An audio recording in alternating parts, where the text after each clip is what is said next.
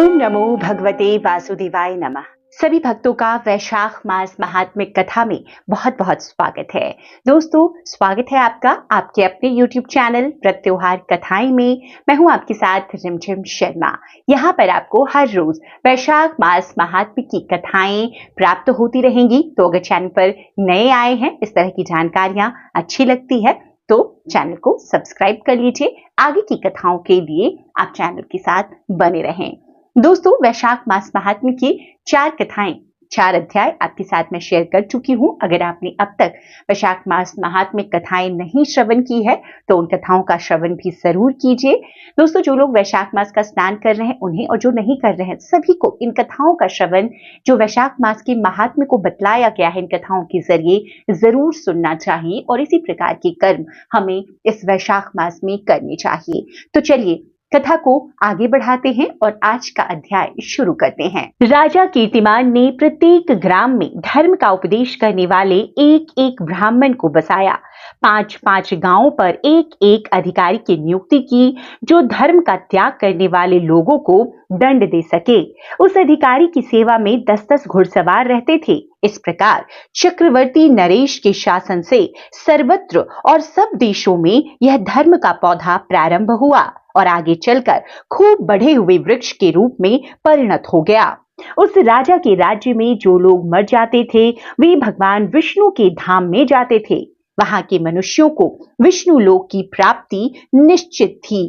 एक बार भी वैशाख स्नान कर लेने से मनुष्य यमराज के पास नहीं जाता। अपने धर्मानुकूल कर्म में स्थित हुए सब लोगों के विष्णु लोक में चले जाने से यमपुरी के सब नरक खाली हो गए।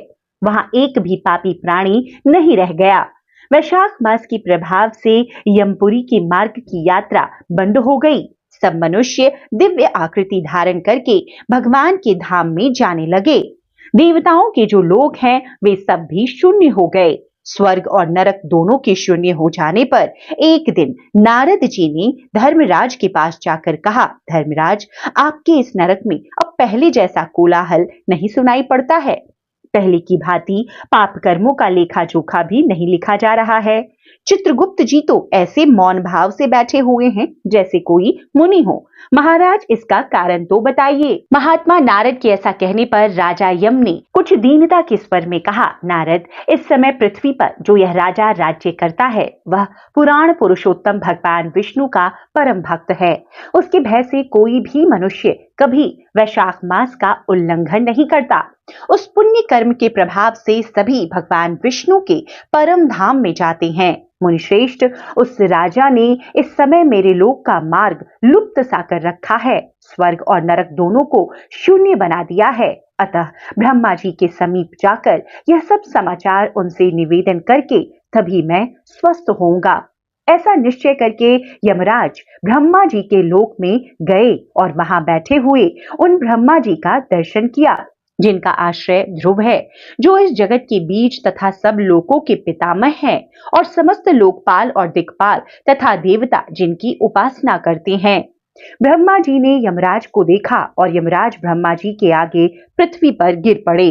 फिर यमराज ने कहा, कमलासन, काम में लगाया हुआ जो पुरुष स्वामी की आज्ञा का ठीक ठीक पालन नहीं करता और उसका धन लेकर भोगता है वह काट का कीड़ा होता है। जो बुद्धिमान मनुष्य लोभवश स्वामी के धन का उपभोग करता है वह 300 कल्पों तक त्रियज्ञ योनि रूप नरक में जाता है। जो कार्य में नियुक्त हुआ पुरुष कार्य करने में समर्थ होकर भी अपने घर में ही बैठा रहता है वह बिलाव होता है। देव, मैं आपकी आज्ञा से धर्म पूर्वक प्रजा का शासन करता आ रहा हूँ। मैं अब तक मुनियों और धर्म शास्त्रों के कथनानुसार पुण्यात्मा को पुण्य के फल से और पापात्मा को पाप के फल से संयुक्त किया करता था, परंतु अब आपकी आज्ञा का पालन करने में असमर्थ हो गया हूँ।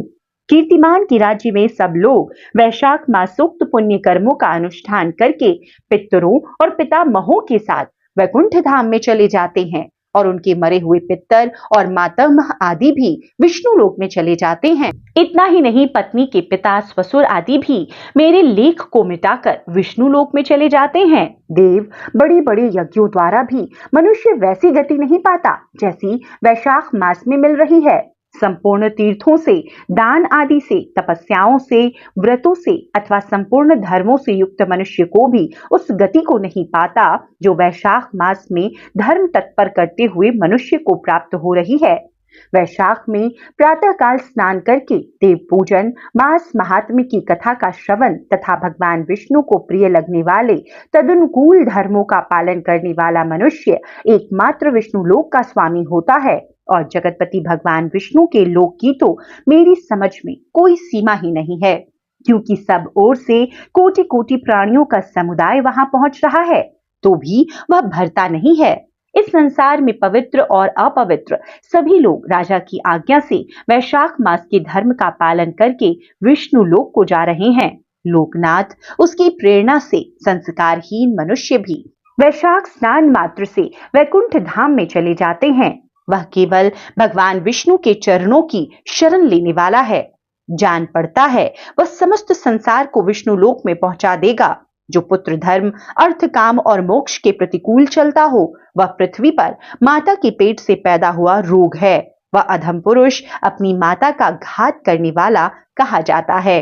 किंतु राजा कीर्तिमान की माता और उसकी पत्नी का पुण्य संसार में विख्यात है। उसकी माता एकमात्र वीर जननी है और वह राजा निश्चय ही संसार में बहुत बड़ा वीर है। जिस प्रकार कीर्तिमान मेरी लिपि को मिटाने में उद्यत हुआ है, ऐसा उद्योग पुराणों में और किसी का नहीं सुना गया है। भगवान विष्णु की भक्ति में तत्पर हुए राजा कीर्तिमान के सिवा दूसरे ऐसे किसी को मैं नहीं जानता जो डंका बजाकर घोषणा करते हुए लोगों को ऐसी प्रेरणा देता हो और मेरे लोक के मार्ग को विलुप्त करने की चेष्टा करता रहा हो।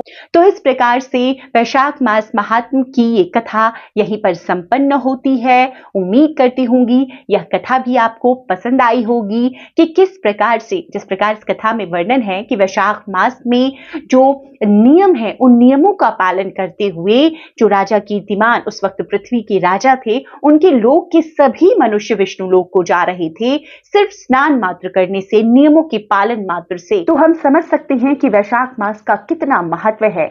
इन कथाओं से समझ पा रहे हैं कि वैशाख मास में हमें किस प्रकार के कर्म करने चाहिए और उन कर्मों का कितना महान पुण्य फल प्राप्त हमें होता है। तो उम्मीद करती हूंगी ये सभी जो जानकारियां हैं इन कथाओं के माध्यम से हम प्राप्त कर रहे हैं हमारे लिए बहुत ज्यादा पुण्य फलकारी हो, ऐसे पुण्य कर्म हम भी कर सकें और पुण्य फलों के भागी बन सके। अगर यह कथा आपको पसंद आई हो तो लाइक जरूर कर दीजिएगा, आगे अपने दोस्तों परिचितों तक इसे शेयर भी जरूर कीजिए, वो भी पुण्य फल के भागी बन सके। अगर चैनल पर पहली बार आए हैं, इस तरह की जानकारियां आपको भी अच्छी लगती है तो चैनल को कृपया कर सब्सक्राइब भी जरूर कर लें। वीडियो देखने के लिए बहुत बहुत शुक्रिया। जय श्री हरि विष्णु, जय मां लक्ष्मी।